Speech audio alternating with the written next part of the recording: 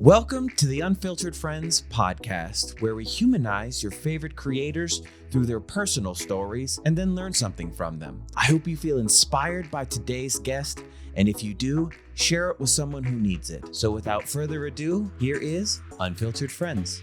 Hello, Unfiltered Friends. If you're watching on YouTube, which you should, youtube.com/@unfilteredfriendspodcast. You notice that the setup is a bit different than normal, and that is because this is actually the last podcast that will be happening in this place. I am going to Australia for the month, and when I come back, I have 2 days to move out. And so I thought for the final hurrah in this place before my life gets majorly changed, I would do an interview with my best friend, and this is going to be interesting. Yeah. I'm really impressed that you're down to do it on because we've done an interview before, but it wasn't like Not something that officially. I posted. Now this is going to get posted. How do you feel about that? A little nervous about Little that. nervous? I love you, and if at any point you are like, "Hey, no," just say so. Okay. But I'm not going to not ask questions, especially because I have a lot more information than most people. Mm-hmm. Well, first, who are you? I'm Shawn. Where are you from, Shawn? I'm from Indiana. Boo. I know. Boo. It's meth capital with lots of corn. Yeah, It's a flatland. it is. That's where I was born. Mm-hmm. It is. I know I'm not allowed to claim it, but I was there long enough to talk smack about it. And it's on your passport, so yeah, you have to be from there is more than corn in Indiana. There is. Apparently Yes. it's meth or something like that. So I've been the way that we got into each other's lives was so interesting. I mean, you were a member of the online community that I had formed, but we weren't initially as close as we are now. It took us a while to get there. Mm-hmm. When you first encountered me, what were your thoughts besides, well, go ahead and say that part. Well, when I first saw you on Twitch, I thought you were gay. Which is a frequent occurrence for me for some reason. And I enjoyed watching your content on Twitch. I had seen you on YouTube before that. Yeah. But just like briefly. So was there any sort of subject matter I was covering that caused you to be attracted to my community or no? No, I just thought you were funny. Yeah. Mm-hmm. And gay. And gay, yes. Well, can you explain what about because I mean, you're my best friend. We can have these conversations, but I've had these conversations with lots of people where they're like, I thought you were gay or still think I'm gay. What am I doing? Am I doing something that is... No, I think at the time you were still really actively covering LGBTQ subjects. Yeah. And so you are very expressive, and you're not flamboyant, but I mean, you're just like more expressive, And so But are there no straight men who are expressive? Yeah. I mean, obviously there are. Yeah, You're well, straight, so. yeah. I've just always wondered, because my dad got it too his whole life, with people calling him gay. And to be clear, it's a compliment, thank you. But I've also just had it said so many times where I'm just like, am I missing something here?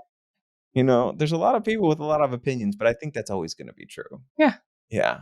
Well, and I think you're more emotionally available, and that's not a common thing. Yeah. I think that's why it's important to be careful with, instead of just damning males in general for being the source of all issues, to maybe highlight different ways of masculinity showing up, because not every man, in fact, I would say most men, don't act like the toxic masculine ideal. So when you encounter someone who doesn't encompass that, it's like, it seems to be really confusing to people because it's like so far outside of the norm.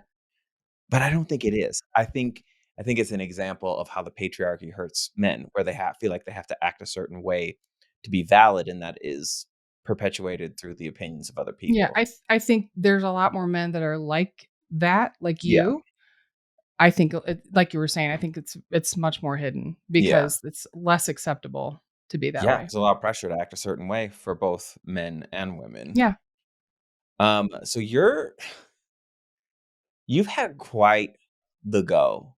And one of the main reasons that I wanted to highlight you is because of how proud I am of everything that you've done to take control of a lifetime that was very out of control in many ways or abusive in many ways. And you finally got to a point, I feel like, where you're starting to choose yourself. Why initially were you not choosing yourself or valuing yourself? Can you go back to where that idea started for you? Um, that all ties back into the religious background that, thinking of yourself first was wrong. Yeah. Yeah, that you needed to put others first, of course, God first, and then others, and then yourself last. So it goes others, God, then No, I mean God first, God your first. others, and then yourself last. So, What would be the purpose of that? How is that beneficial? well, humility is a big thing. So being extremely humble, almost uh, like you know, poor and that was the most of everyone was the least of them is the most is the best. So That's so interesting. yeah. And my understanding was, within the church, and what denomination were you a part of? Um, a few different ones. We started out Mennonite and then went into a faith-based, basically it ended up being a cult, and then went into evangelical non-denominational. You can just like jump around like that. Mhm. So what's Mennonite? Mennonite is, like, usually jerked over Amish people. That's more conservative. It's you still wear the women wear coverings, and Mm. it's very conservative still. And then what was the next one you guys went to? We went to, like, a faith-based cult, basically. It was called Faith Assembly, a glory barn is what they called it. Glory Barn? Mhm. Yeah. Why do you leave Mennonite and go to the Glory Barn? Because my father, went to a tent meeting and, um, saw something that he thought was really interesting, and so we left the church we were in and went to the Glory Barn. So it's a cult. Mhm. What makes it a cult then? Um, the leader actually, um, pretty much, uh, damned anyone who would try to seek any sort of medical help. What's You the issue with medical help? No one outside the church was to be trusted, Ah. and faith was like the thing, so it was name it, claim it, so you could say, I'm gonna drive a Cadillac," and that was what was gonna happen, and it just became this very odd thing. Eventually, the pastor of that church, died of cancer. Mm. So and then that church split, and that's how we ended up going to a different church because the split from that church started a different church that ended up being a little more evangelical. So then you end up in an evangelical Mhm. church. What does that mean? You hear people talk about evangelicals, especially involved with politics right now. What makes someone They're evangelical? just a little more radical, I guess. I think they all kind of are the same. To me, there's not a whole lot of difference because there's so much hypocrisy in all of it. So I don't see a whole lot of difference. It's still the tongue speaking, Holy Spirit filled, jumping around, Oh, arm raising, those are the people who are like, yeah, like, and dancing like they're having seizures and that type of thing. is that odd to watch? Because it feels very performative, but hey, they're saying that God is in them or speaking through them. Like, what As is a that? kid, going from Mennonite to that was terrifying. Why? I had no idea what was going on, and I didn't really have it explained to me until later on. So, Mm. So what is the hypocrisy that you're seeing while you're in the church? well, almost immediately, my father was in leadership, and so I got to see a lot of behind the scenes stuff happening. So there was a lot of um, money things that were um, going on that were were dirty. You know, things that they were like spending money on or giving money to um, certain leaders, and a lot of sexual sins going on, a lot of sexual stuff going on with underage people, with the secretary, with other women or other husbands' And this wives. was a known thing? Not known to the regular churchgoers, but the people that were in leadership knew what was going on. Because it was within your family. Yeah. Yeah. And so, I mean, you hear stuff like this and you hear that like children are having these issues. Mhm. Why does nobody say anything? Why does no one protect these kids when that stuff There happens? really is no accountability. There's no accountability. When it comes to organized religion, there there tends to be no accountability for the higher ups. Mhm. So, they just are accountable to each other, and they're all in the middle of it. So, But what they're doing is so illegal, yeah. wrong, but also there are laws against that. Yeah. How do these people avoid getting in trouble? They just don't ever get reported or No. I mean, there's a lot of shame and fear that go along with religion as well. And so it's the perfect storm for something like that to happen. So, what do you as someone who was brought up in that environment, but also hear a lot of religious people talk about protecting children from things like drag shows. What do you think when you hear that as someone who is involved with the church the way you were? it's laughable Why? because I leaving the church and actually having like deprogramming from a lot of the childhood stuff and everything that's been programmed in there from the religious side of it. s- I've had more acceptance, more love unconditionally, and more uh, truthfulness coming from people outside the church than I did from people inside the church. Which sounds weird because a lot of the stuff that is preached in the Bible and in sermons has to do with like love and acceptance and all that stuff. Why is that not? I mean, I know there's wonderful religions and wonderful religious There people, are. but I think there's also too many really bad ones. And it just feels like nothing's really happening. Like Yeah. it feels like it's got to feel as someone who is a victim of something like that, helpless, because no one will listen to you. Is that part of the reason why you're not really supposed to speak up within the church? Well, and there's so much judgment inside of the church, and you really get ostracized if you speak out against anything.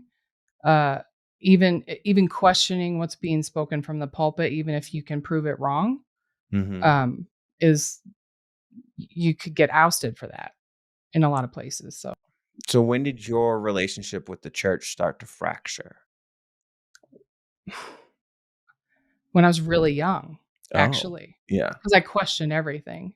which is a no-no. Oh yes, yeah, yeah. I questioned from really young. I remember being 7 years old and asking, well, I didn't understand certain things, and so I would ask questions, and then I was shunned or like scolded for you don't, what he said. He studied for years on this. He knows the subject.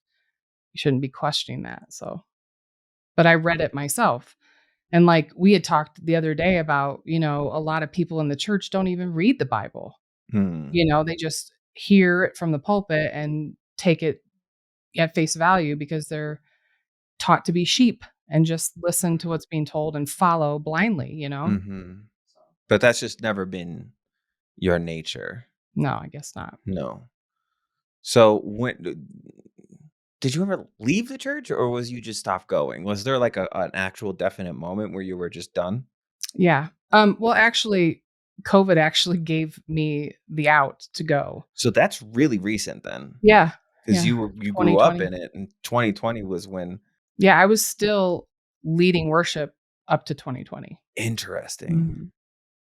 Because I didn't like, as your friend, I didn't really hear you talk about it a lot. I know we got closer later on, but, like, I never, even before we got close, heard you talk about the church at all. 'Cause it wasn't something that I considered part of who I was. So It was something I did. how did the pandemic help you separate? Because no one was leaving their houses.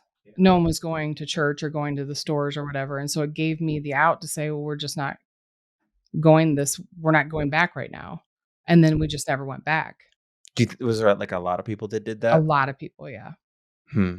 And you've watched the mass exodus happen since then, and I think it gave a lot of people the opportunity to just say, you know, "This is our time to just bow out." Mhm. Now your we call him sperm donor. Your sperm donor is who was in leadership and who mostly was responsible for you being a part of the church. Can we talk about what he did? Yeah. What did he do, and when did he do it?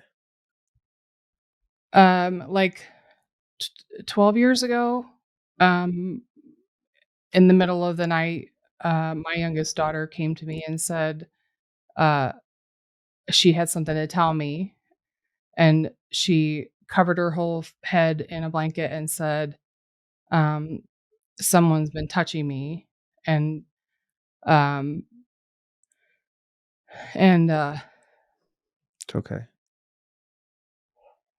Take your time. It's tough. so she made me guess who it was, and I never guessed him Yeah.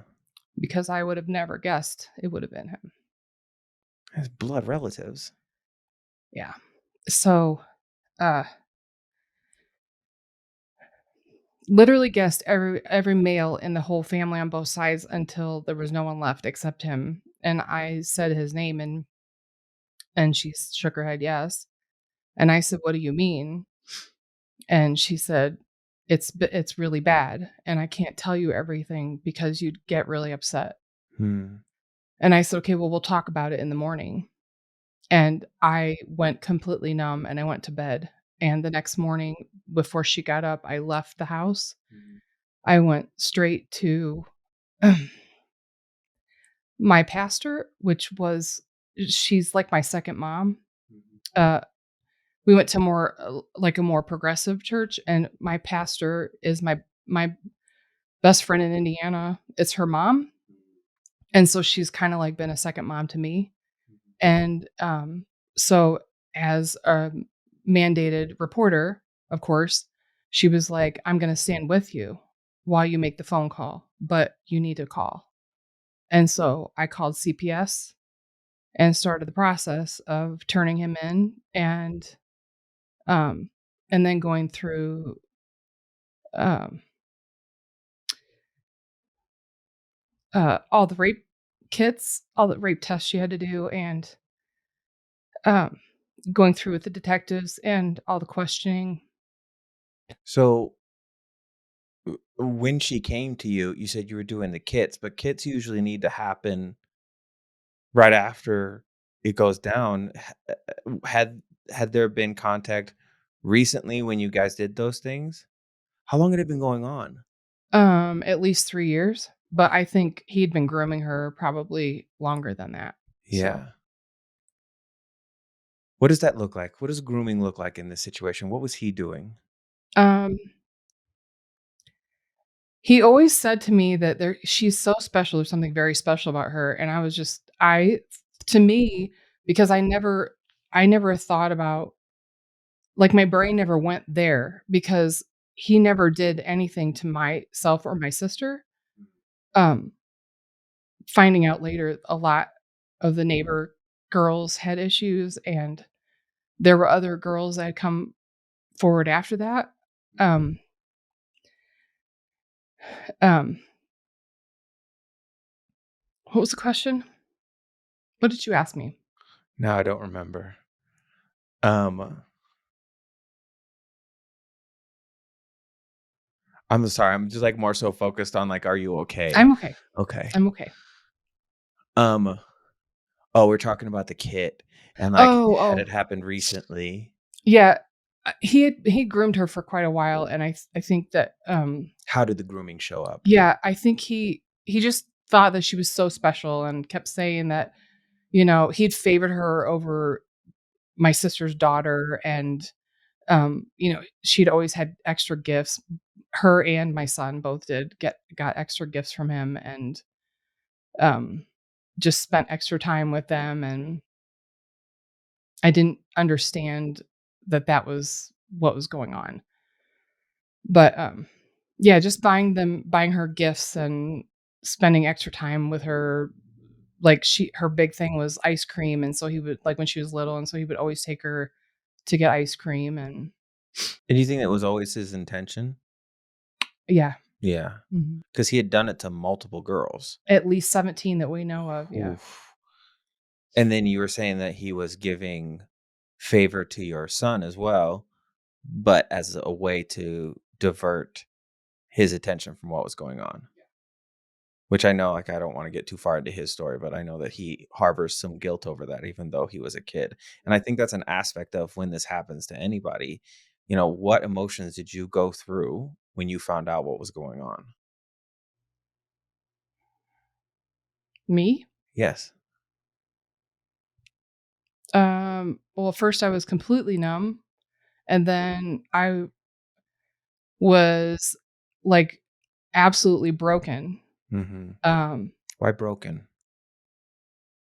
'cause I realized it was gonna change everything. Mhm. How is it gonna change everything? 'Cause I knew I was gonna lose my whole family. I think that's probably an aspect of why a lot of people don't speak up is because it destroys n it's the right thing to do, but it destroys everything. What did that come to be true? Yeah. How did it destroy everything?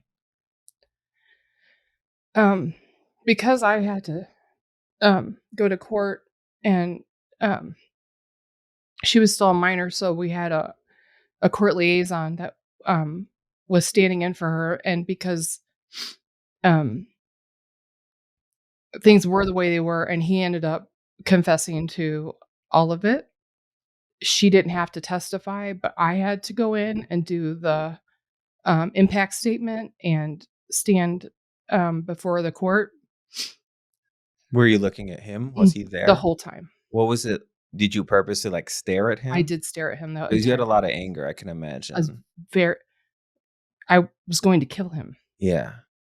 How hard was it to look at him in that courtroom and just tell him exactly what his impact was? It wasn't hard for me to stare at him like that because literally if I could have killed him with my eyes, I would have. Yeah. But you just what did you say? I I told the court exactly how that impacted her directly in her words, because she wrote the impact statement, and then I wrote an impact statement, and I said exactly how it impacted not just her, but our entire family. And my mother and my sister were sitting in court on the opposite side behind him, and then left court and never said a word to me. And they blamed me for turning him in, and I've not had a relationship with them that's been healthy since. What was the other option? Just to ignore that he did it? They felt like it was exaggerated and that I made it up, and that she made it up. But in that court case, other girls were mentioned, right? The only other girl that was willing to come forward had committed suicide before he went to trial. So it was just you. Yeah. But they had all the evidence from all the stuff that had Oh, happened. yeah, they had his computer and everything, all the pictures that he had taken and He was taking pictures of these girls? of my daughter specifically, yeah. How do you do that to your blood relatives? That doesn't make That's disgusting. It is. It's disgusting, but I don't think it's really about attraction, I think it's more about power. That's all it is. That's all Yes. it is. Yeah. So, that must have been an empowering moment for you then to be the one to look him in the face and said, you did this, Yeah. and I'm the reason that you're going." Yep. Well, not No, just you, no, her. her. You were just the vessel through which she spoke to him. Exactly, yeah. Because if she hadn't, especially with the only other person who was willing to come forward, ending their life, he probably would have kept going. Yeah. So your daughter saved Saved so many so people. many people, but you did too. You didn't have to do what you did either. But I'm really proud of how brave both of you were in that situation because I can imagine that was tough. So he goes away to jail forever. He Yeah. he passed away recently. Yes. 2 weeks ago, he died. That's crazy. Yeah. 2 weeks ago. Yep. Yeah. So you get through all of that. I know your daughter had a lot of damage done by that. I mean, I don't know how you couldn't. Yeah. If she's listening to this, like, I'm so immensely proud of her Yeah. for Me too. all of the progress she's made over, especially the last year or so, Yes.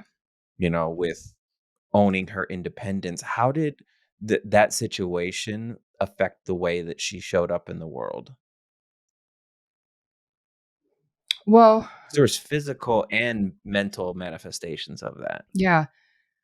She was I always called her, like, my little butterfly child because she was super as a small child, she was, like, really, energetic and full of life and wanted to be, like, really social. She would introduce herself to everyone and was just really bubbly and happy, and that changed every aspect of that. She's completely introverted and, doesn't trust anyone, and I won't say doesn't trust anyone, but she has very limited amounts Yeah. of trust.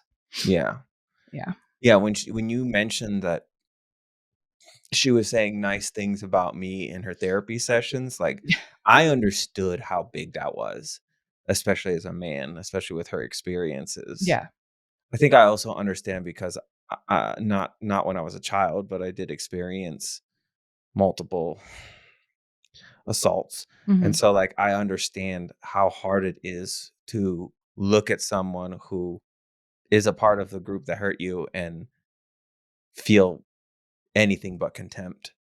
I had a lot of anger for me too. So I can imagine for her, having that happen as a child while she's developing, like that had to have been really difficult for her to trust And when anybody. something like that happens in a child like, when you're a child, when you're in your development stages, it changes, like, your DNA, it seems like, your connections in your brain, everything seems to change, and trying to rewire that again or have some semblance of who you were prior to that is nearly impossible. Like, to get some sort of normalcy back in your life that you can have a function like, a normal functioning human after that, it changes who you are. So you just have to have a new normal and understand that, you're gonna have to shift how you look at things and how your normal is now, you know? hmm How, with everything that went down, how did it affect how you showed up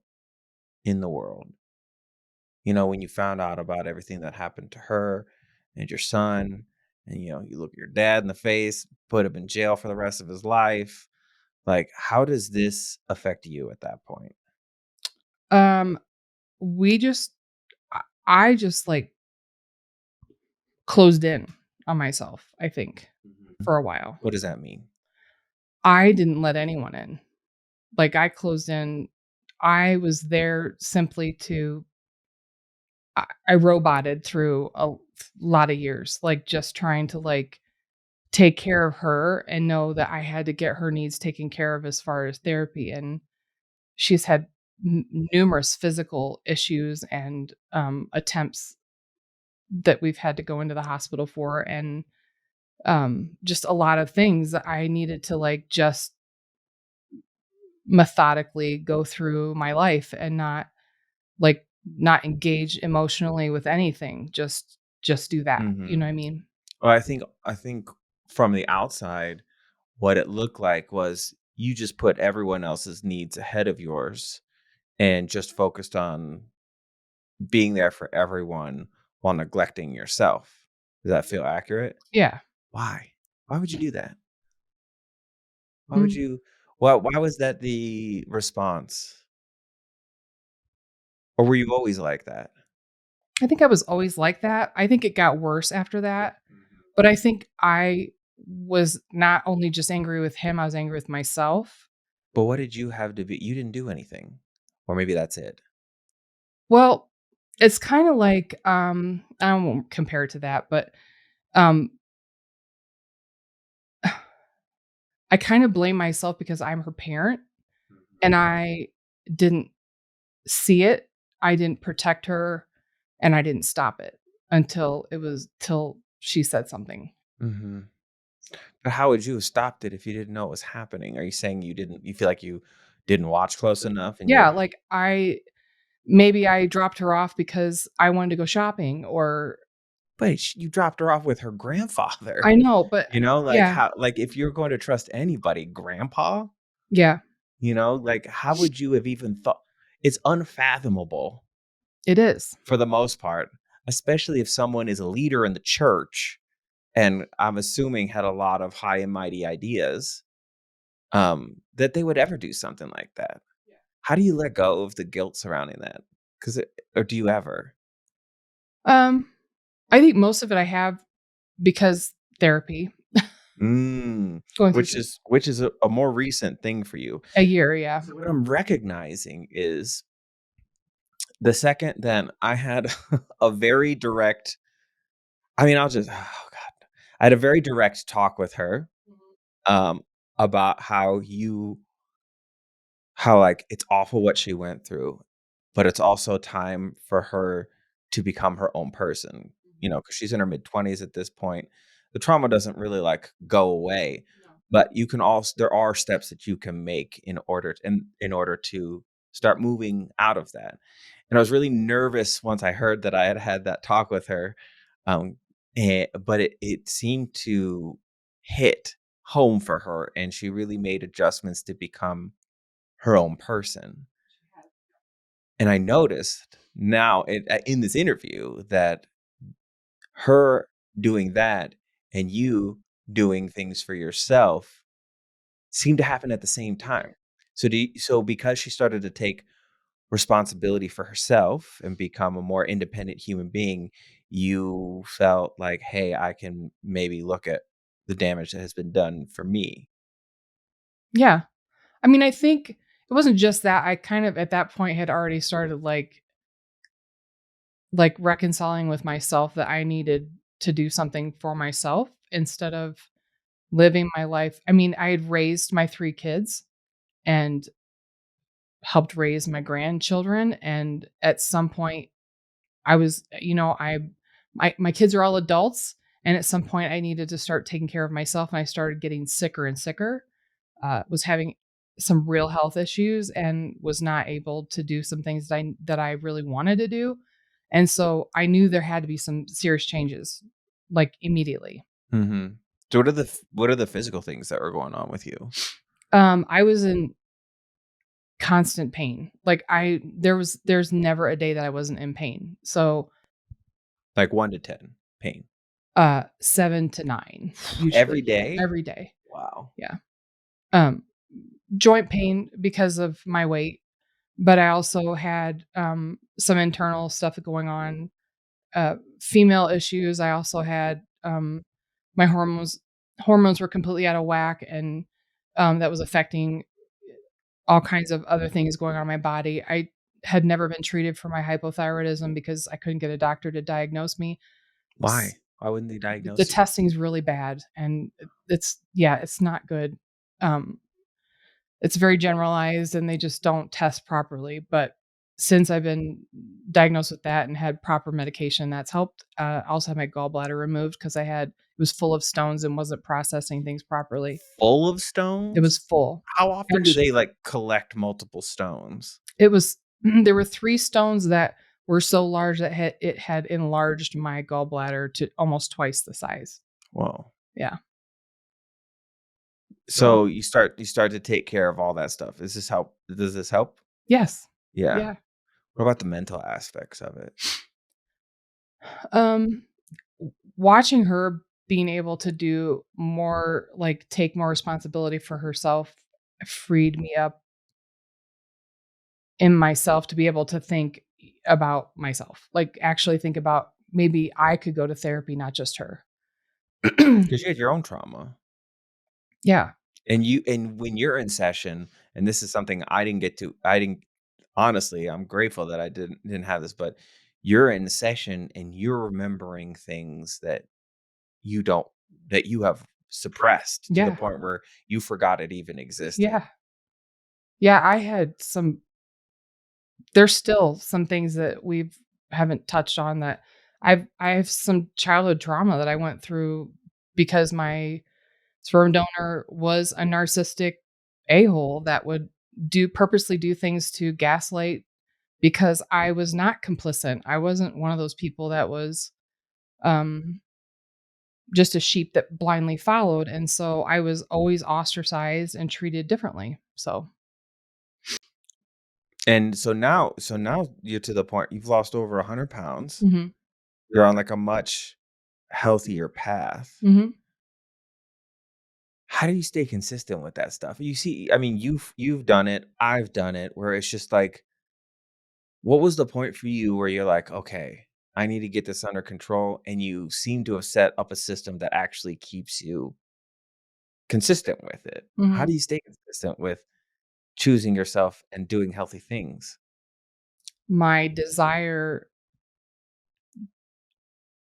my desire to have the things that I've wanted for myself all along is so much greater now, knowing that they're able to, like, take care of themselves and, um, I don't know. I feel like I don't know, I'm in a better place now that I can do that. Yeah. I mean, you're taking care of yourself Yeah. for the first time, you know, because you spent why do you why do you just take care of everyone else but not yourself in those situations? Like, do you understand the mindset behind that at this point? Like, what makes you avoid yourself but pour yourself into other people? Mm, I mean, some of it is because there's so much self-loathing that from a childhood Mhm. that, taking care of other people gives you this the feeling like you've accomplished something and you're doing something good, and so taking care of others is filling that hole, But you don't have to face yourself. but you're not facing yourself. So, did it feel like there was, like, this, like, constant looming over you and Oh, you yeah. just ignore it? Yeah. How do you ignore that? Like, it I had to be nagging at you Oh, all the no, time. never did. I never even Oh, thought about it. No. wasn't even a thought. No. Because you know how self-talk is and how you're like, I would have no friends if I talked to other people the way that I talk to myself. Or me. We would both be in a lot I think if you expose anyone's private conversations, you can find some problematic stuff, Yeah, but right. Well, yeah. don't look at our text Yeah. messages. Leave us alone. Yeah. So, okay, I wanna talk about our friendship. Okay. You put a picture of you and information about you, and a picture of me and information, and you go ask 100 people, would these people be best friends? Never. I don't think one person would have said yes.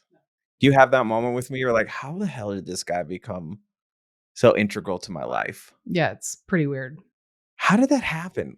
Let's talk about it." I don't understand how you and I think I think maybe an aspect of it is people focus a little too much on the extraneous details and not who someone is at their core. That's true.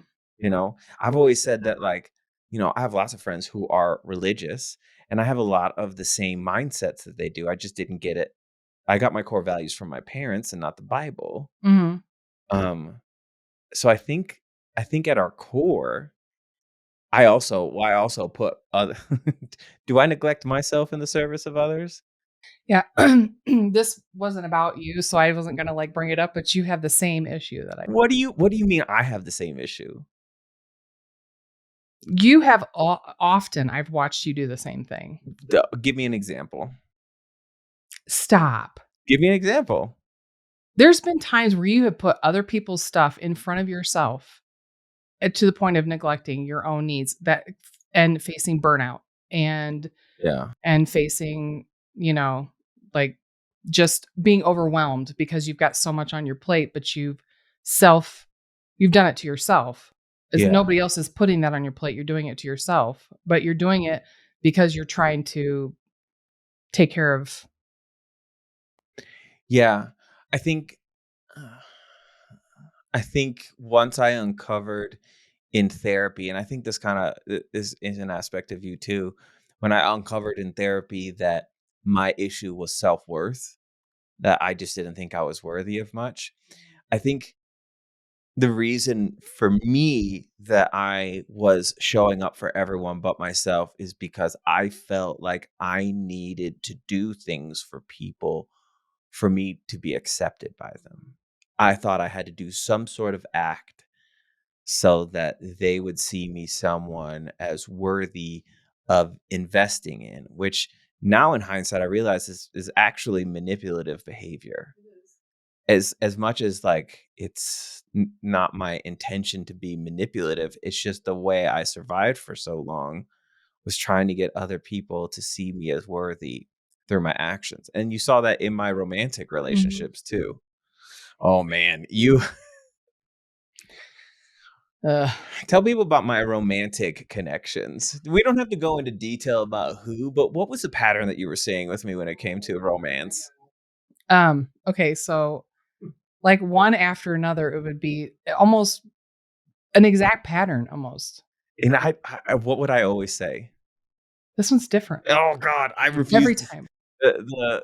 this last one, I was like, "She is exactly Exactly the like everyone same. else, Yeah. not different whatsoever," because I think I was focusing on too many, like, outside details instead of the core of who they were. So what can you identify what the pattern was for me? Like, who was I choosing? Well, I mean, at first it was kinda like, it was the same, like, almost overachiever, successful woman who had, like, a good career or was, like, successful in whatever she was doing, and had a front that she was, like, this caring, like, non-self-serving type person, and then come to find out soon after that she had ulterior motives, and there was also, like, everything that she was doing was manipulative and Yeah. I think I would get, like, caught up in, like, kinda love bomby type very. behavior, Yeah. and then I would get so sucked into that, and I every single time, man, it was like a light switch. It was like this at one point, like, the mask would come off and I was an idiot again. But until that point, they were portraying somebody who was so, like, wonderfully supportive and loving, and it was just it was incredible. And now it's so hard for me to trust anything because of all that behavior. It's just like, I'm really good at reading people. I always have been, but when it comes to romance, man, I can't tell you how many times I've been wrong. I don't know how to fix that. I'm very good at reading people as well, but that comes from our trauma. Oh, that's how you survive. Yeah. Yeah. Yeah. I had to read the room because I had to figure out who was gonna try and hurt me, and they usually make themselves known pretty easily.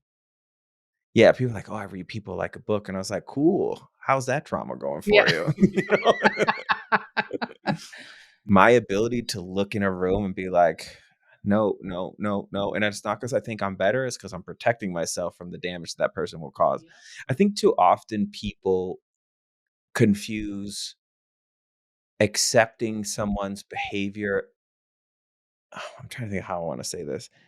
I think sometimes people confuse understanding someone's behavior and accepting it. That's a really big issue. Just because somebody has an issue or a mental health problem or whatever else doesn't mean that you have to be in their life. You have to understand your own capacity. Like me personally, I would struggle with someone who doesn't understand emotional nuance because I'm a sensitive person. So I would get my feelings constantly hurt if I was with someone who was unfeeling. Does that mean that that unfeeling person or person who hides their feelings is a bad person? No, it's just a reality of what my capacity is. I think I had this conversation this morning where I was talking about, I have a lot of single moms that follow me, Mhm. and I hear a lot of the same stuff. They're like, "Well, men just don't want to step up." And I was like, "Well, that might be true. You're also That's also his prerogative. Wouldn't you rather somebody I understand rejection hurts, but wouldn't you rather someone say, "I don't have the capacity to step up to the responsibility of being in your children's lives," and then not waste your time? I think it's just a matter of, like, the rejection hurts, um, but, you have to be if a guy is immature, you don't want him around your kids anyway, because that could cause trauma to your future generations, so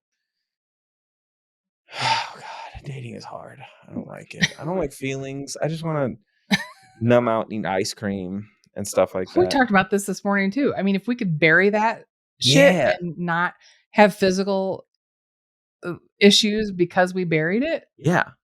Let's not feel things. that'd be golden. Okay, high five. Love that for us.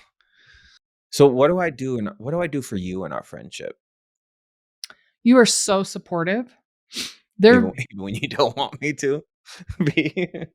there have been conversations that we have had that I appreciate the fact that you talk to me and I can hear you the way you speak to me because I know you're gonna shoot straight and I'm gonna Yeah, hear it straight because that's how I hear things. I don't wanna hear flowery, around the bush doesn't help. stuff. I want you to tell me if something is wrong or if something's not going like, if I'm doing something, I want you to tell me, you know what I mean? Yeah. And if you have a friend that's not and you guys are sharing things back and forth and they aren't able to, like, be completely truthful with you, that's not really a friend. No, I see that a lot. I see a lot of friends just telling each other What they wanna what hear. they wanna hear, but that is gonna keep you stuck where you are, and if you're already struggling with where you are, how is me sugarcoating gonna help you in any way, shape, or form? I think it confuses. I mean, there's a time there's tact. Of course. There's those people who are like, "I'm not mean, I'm just honest." I was like, "Yeah, but there's tact Exactly. that happen with honesty." Yeah. But yeah, I that's one of the things that I love with you is for some reason I intimidate a lot of people. I think part of it is I'm a pretty direct speaker, just like you said. I'll tell you exactly what I think, even if it hurts. And I think a lot of people want to avoid that. But you're somebody who, like, one of the big things well, one, I mean, you showed up for me out of nowhere. That was the moment where I realized that we had something more than I even recognized. Did you even realize before that moment that we had a closeness? No. I was going through something and I didn't even say anything to you and you just showed up for me. Do you know how many people have done that for me? People don't do that for me. They just assume I'm okay. I think part of it is me being a confident speaker and me giving advice to other people, me being the rock for so many other people, and you can I identify was gonna with say, this. I experienced the same thing my whole life, They just so assume that you don't need that yes, help, but that's just not true. exactly. Nobody is a rock. Yeah, There's just people that other people lean on, but those people need help too. I think because you've gone through that and you saw that in me, maybe that's what caused you to show up for me. probably, yeah. But you're also not a yes person. That's why I giggle when people try to call. I mean, these are just people who are going through their own stuff, and I wish them the best of luck on their journeys. But people who say that you're all pick me's or like yes people, I was like, have you met any of the women in my community? Like, y'all would eat me alive, have eaten me alive, you know? Like, so that's something with you. Like, I know that the same thing. I know that you're going to tell me like exactly how it is. And I think that's like so immensely important. I don't know. You've just given so much of your love to me, even when you didn't have it for yourself. You still continue to do that. But then I have to bully you into opening up to me too. What happens in your brain when I'm trying to talk to you about something important and you're just like, damn it, Chris? That's Like, exactly what I say. but, like, what like, are you afraid of being seen when we do those things? Like, I can visually picture myself going like backpedaling, like, but why like, what do you gain out of that? What do you gain by avoiding it? Because it's never anything small. No, We don't have those talks about things frivolous. no. It's like some pretty big stuff. Why backpedal? Why avoid it? I think because I've always tried to take care of everything myself, because I didn't ever have anyone that I could lean on like that, ever. I didn't have parents I could lean on like that. My mom had struggled with mental illness, and my sperm donor was my sperm donor, and so I didn't have anyone my whole life. I pretty much and I didn't have people that stood in for them either. Like, I didn't have, like, a teacher, or I didn't have that. So I always fought for myself. So I just leaning on someone else and thinking that someone else is going to actually help me without having ulterior motives, that's kind of unheard of for me. Yeah. So, Well, that's it for this room. That's it for this place. I mean, you're gonna be here for a month. so you're Well, gonna be here for no, pretty much a a month. month, yeah. I come back from Australia. I have 2 days to move out. By the time this podcast comes out, that will already be true. And then I'm back to Illinois, which brings me closer to you, but then also possibly end up moving to Australia. I think I needed to shake things up. I think I've been comfortable for the first time. I'm getting out of survivor mindset, but I think also that comfort kept me stuck and isolated. I'm alone a lot here. If you look back at your steps just since you left LA and came here, Oh my how goodness. much growth has happened since you've come here? How much growth, how much healing has happened since you've been here? Just in this place, just in this. 3 years. Yeah. And then getting comfortable here, I understand you absolutely had to have a shakeup. Regardless, and we spoke about this before, regardless of what the circumstances were that shook it up, it needed to happen Yeah, for you to. And sometimes it takes an earth-shaking thing for us to sometimes move forward, and not because we're in a comfortable place. I know. I'm just tired. I know. But I think being with my family will be good and it'll give me clarity and then I'll be able to move Yeah, forward. But I'm just so grateful that I've had you in my corner this whole time.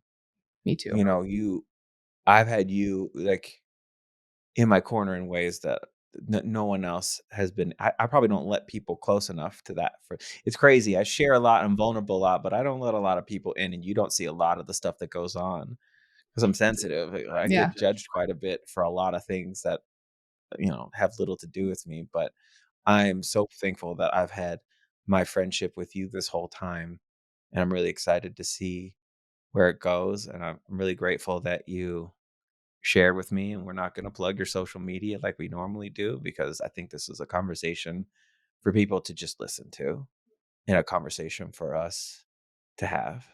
I'm And very thankful for you too. 'Cause I don't mhm, know what I would have done without our relationship. yeah, I love you. Love you too.